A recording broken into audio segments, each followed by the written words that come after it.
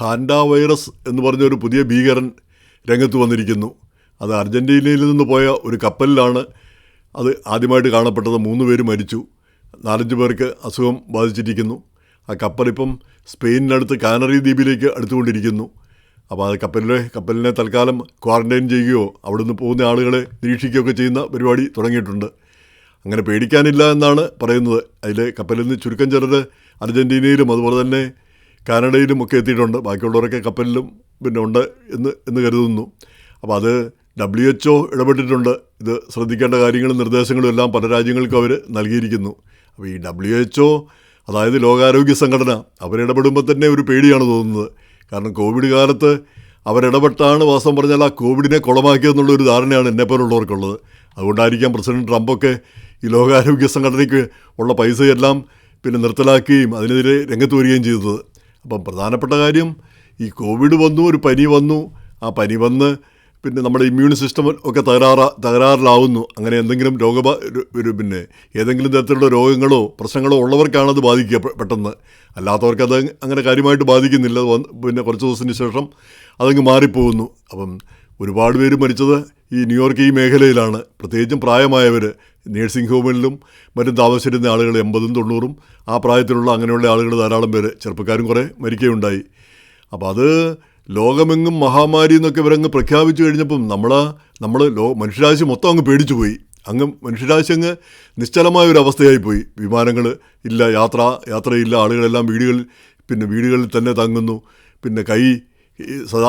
ഇടയ്ക്കിടയ്ക്ക് കൈ കഴുകണം. അതുപോലെ തന്നെ ഇവിടുന്നൊക്കെ ഈ ആളുകളുടെ സ്കെച്ച് എതിരെവിടെയൊക്കെ പോയി എന്നുള്ളതിൻ്റെ സ്കെച്ച് വരച്ചാണ് അവരുടെ റൂട്ട് മാപ്പ് ഒക്കെ തയ്യാറാക്കിയാണ് മുൻകരുതൽ എടുത്തുകൊണ്ടിരുന്നത്. അത്രയ്ക്ക് മാത്രം ഭയങ്കര സംഭവമായിട്ട് വളർത്തിയെടുക്കുന്നതിൽ ലോകാരോഗ്യ സംഘടനയ്ക്ക് വലിയ പങ്കാണ് വഹിച്ചത്.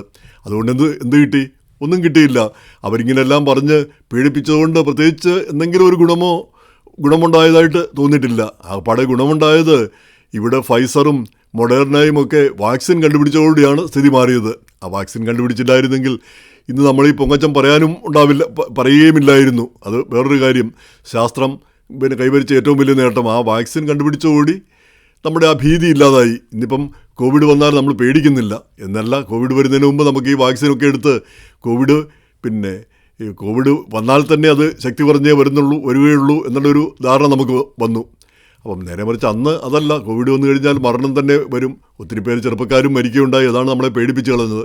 അപ്പം ലോകവ്യാപകമായിട്ട് പേടി ഉണ്ടാക്കി തന്നൊരു സംഘടനയാണ് ഈ ലോകാരോഗ്യ സംഘടന. അന്നത് മഹാമാരി, ലോകവ്യാപകമായിട്ടുള്ള മഹാമാരി എന്നൊക്കെ പ്രഖ്യാപിക്കാതിരുന്നെങ്കിൽ എന്തായിരുന്നു കുഴപ്പം? കുറേ ആളുകൾ, ഈ പ്രായമുള്ളവർ എങ്ങനെയായാലും മരിക്കുന്നൊരവസ്ഥയുണ്ടായിരുന്നു. അത് ശരിയായിട്ടുള്ളൊരു കാര്യമാണ്. ശരിയായിട്ടുള്ള മീൻസ് അങ്ങനെ സംഭവിക്കുന്ന ഒരു കാര്യമാണ്. അപ്പോൾ ഇതിവർ പ്രഖ്യാപിച്ച് മനുഷ്യരാശി അങ്ങ് പേടിപ്പിച്ച് കളഞ്ഞു. പേടിപ്പിച്ചില്ലായിരുന്നെങ്കിലും ഈ രോഗം പരക്കുകയും അത് ഇമ്മ്യൂൺ സിസ്റ്റം ആളുകളിൽ വർക്ക് ചെയ്യുകയും ചെയ്ത് ക്രമേണ അതങ്ങ് ഇല്ലാതാകുമായിരുന്നു. അതിന് പകരം അത് പേടിയായി. ആ പേടി വാക്സിൻ കണ്ടുപിടിച്ചതുകൊണ്ട് ആ പേടി അങ്ങ് ഇല്ലാതായി. നിലമറിച്ച് ഇപ്പം പ്ലേഗൊക്കെ 100-150 വർഷത്തോളം പ്ലേഗ് നിലനിന്നു എന്നാണ് പറയുന്നത്. അന്ന് വാക്സിനുമില്ല, അങ്ങനെയുള്ള ചികിത്സയുമില്ല. അതുപോലെ തന്നെ ഈ സ്പാനിഷ് ഫ്ലൂ, 100 വർഷം മുമ്പുണ്ടായിരുന്ന സ്പാനിഷ് ഫ്ലൂ, ഇതൊക്കെ വളരെ വർഷങ്ങളോളം നീണ്ടു നിന്നു. അതിനൊന്നും വാക്സിനൊന്നും കണ്ടുപിടിക്കാനായിട്ട് കഴിഞ്ഞില്ല. അപ്പോൾ അതൊക്കെ വെച്ച് നോക്കുമ്പോൾ ഈ കൊറോണ വൈറസ് അത്ര വലിയ കുഴപ്പക്കാരനായിരുന്നില്ല. അത് പ്രായമുള്ളവരെയും ഇമ്മ്യൂൺ സിസ്റ്റത്തിന് എന്തെങ്കിലും തകരാറുള്ളവരെയൊക്കെയാണ് ബാധിച്ചത്. പക്ഷേ ഒരുപാട് പേര് മരിക്കുകയുണ്ടായെന്നുള്ളത് നേര് തന്നെ. എങ്കിലും ആ പേടി മനുഷ്യരാശിക്ക് മൊത്തം ഉണ്ടാക്കി കൊടുക്കുന്നത് ഈ ലോകാരോഗ്യ സംഘടനയാണ്. അപ്പോൾ ഈ പ്രാവശ്യം ഏതായാലും ഹാൻഡ വൈറസിന് ഈ ഏകദേശം കോവിഡിൻ്റെയൊക്കെ ലക്ഷണം തന്നെയാണ്. അതെന്തോ എലിയുടെ മൂത്രം അല്ല എലിയുമായിട്ട് ബന്ധപ്പെട്ടാണ് അത് നമ്മുടെ ശരീരത്തിലേക്കൊക്കെ പടരുന്നത്.